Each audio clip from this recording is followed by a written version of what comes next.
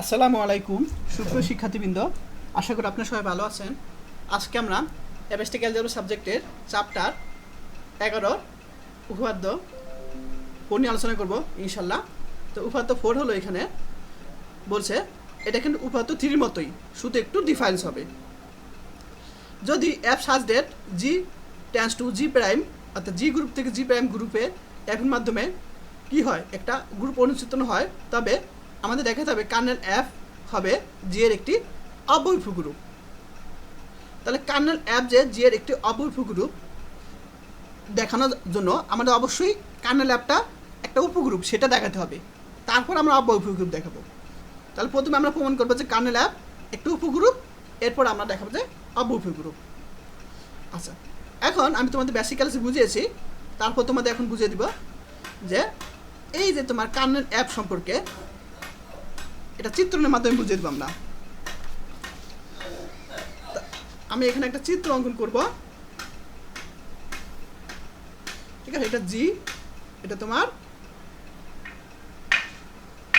জি prime, এখানে একটা এটা এফ এর মাধ্যমে এটা জি প্রাইম, ঠিক আছে? তো এই যে প্রথম যে ঘর থাকবে সেটা হলো তোমার কার্নেল এফ, এখানে লিখুন কার্নেল এফ, কার্নেল এফ।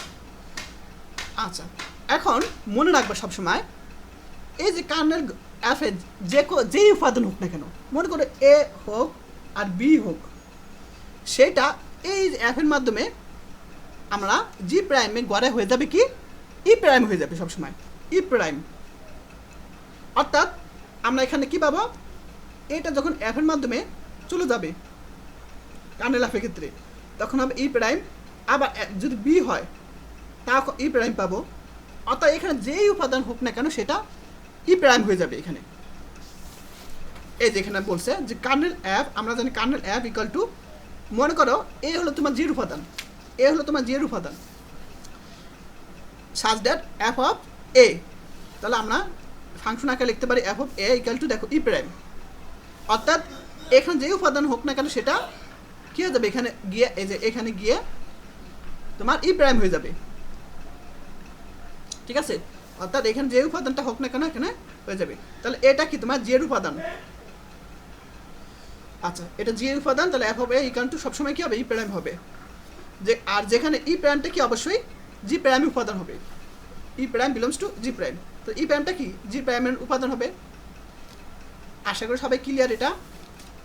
তাহলে আমরা জানি যে কার্নেল এফ এ যদি জি এর উপাদান হয় তখন এফ এর মাধ্যমে কি হবে, তোমার জি প্রাইম গ্রুপে ই প্রাইম হবে, আর ই প্রাইমটা কি হবে তোমার জি প্রাইমের উপাদান।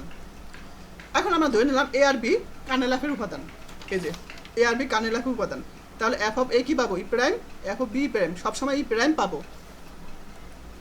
সবাই ক্লিয়ার? এখন আমরা কি করব, আগের অঙ্কের মতোই, মানে উপগ্রুপ টেস্ট করার জন্য কি করবো, আগেরটার মতোই আমরা এখানে ধরলাম যে এ বি ইনভার্স ধরলাম এখানে।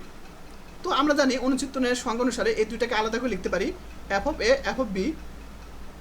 তাহলে আমরা এটাকে আলাদা করে লিখতে পারি F of A F of B, B মানে বি ইনভার্স। এখন এই জিনিসটাকে আমরা আবার লিখতে পারি ইনভার্সটা উপরে চলে যায়, আমি কিন্তু আগের ক্লাসগুলোতে বুঝিয়েছি, অবশ্যই দেখে নিবি। এখন এটার মান কত, ই প্রাইম, আর এটার মান কত, ই প্রাইম ইনভার্স। এখন ই প্রাইম মান কিন্তু একটা অভেদক, মনে রাখবা এই যে ই প্রাইম মান কিন্তু সবসময় একটা অভেদক, এটা আমি চ্যাপ্টার 2 বুঝেছি। ই আর ই প্রাইম একই বিষয়, দুইটা অভেদক। তাহলে অভেদকের মান কত, 1। তাহলে 1-এর উপর তুমি ইনভার্স দাও না কেন সেটা একই থাকবে, আবার 1-এর সাথে 1 গুণ করলে 1ই পাবো, 1 মানে তো ই প্রাইম। বুঝতে পারছো? আচ্ছা, তাহলে দেখো আমরা অন্য একটা উপাদান নিলাম এ বি ইনভার্স, সেটার মাধ্যমে কিন্তু আমরা ই প্রাইমই পাবো। বুঝতে পারছো? অর্থাৎ এখানে এ বসানো কেন বি বসানো কেন প্রত্যেকটা কি হবে, ই প্রাইম হবে। এখানেও দেখো অন্য একটা উপাদান ছিল এ বি ইনভার্স, সেটাও কি ই প্রাইম চলে আসছে, যেখানে এ বি ইনভার্সটা কি অবশ্যই জি কার্নেল এফের উপাদান। তাহলে এই গড়ের উপাদানটা কি তোমার এই ফাংশনের মধ্যে থাকে, ঠিক আছে? অর্থাৎ কার্নেল এফের উপাদান। সুতরাং কার্নেল এফ কি জি এর একটা উপগ্রুপ, আগের অঙ্কটার মতোই, উপাত্ত 3 মতো। এখন আমরা দেখাবো অব্যয় দেখাবো, ঠিক আছে? অব্যয় আমরা দেখাবো। এখন অব্যয়ের যে আমরা একটা সংজ্ঞা জানি, একটু দেখাই তোমাদের। দেখো অব্যয় একটি সংজ্ঞাটা দেখো, একটি গ্রুপ জি এর উপগ্রুপ এন কে, ঠিক আছে, উপগ্রুপ এন কে অব্যয় উপগ্রুপ বলা যাবে যদি জিটা হয়, এই স্মল জিটা হয় জি এর উপাদান এবং এনটা হয় ক্যাপিটাল এন এর উপাদান বিলম্ব।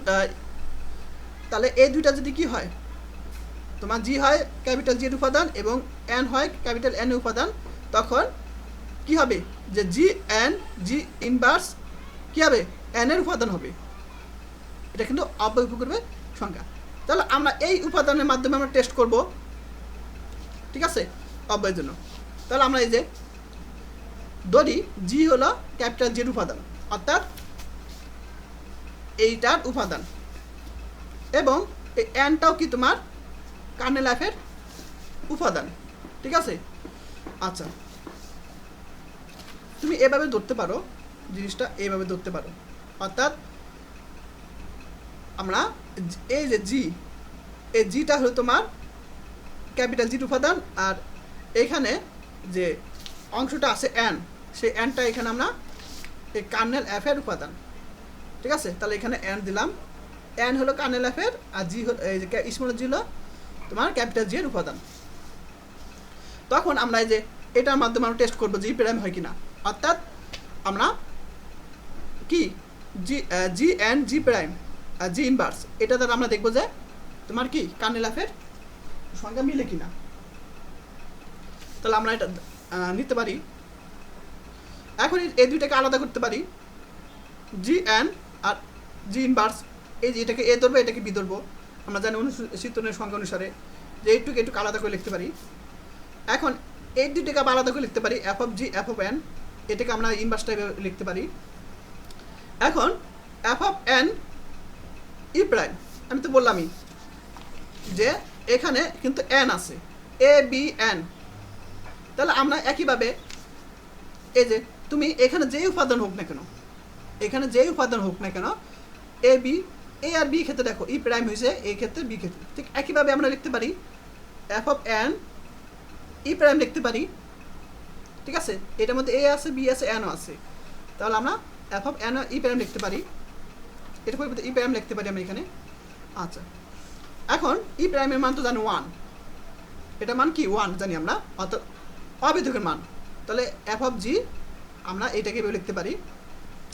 এখন দেখো, এখন এই জিনিসটা কাটাকাটি যায়, এখন কাটাকাটি করে 1 থাকবে।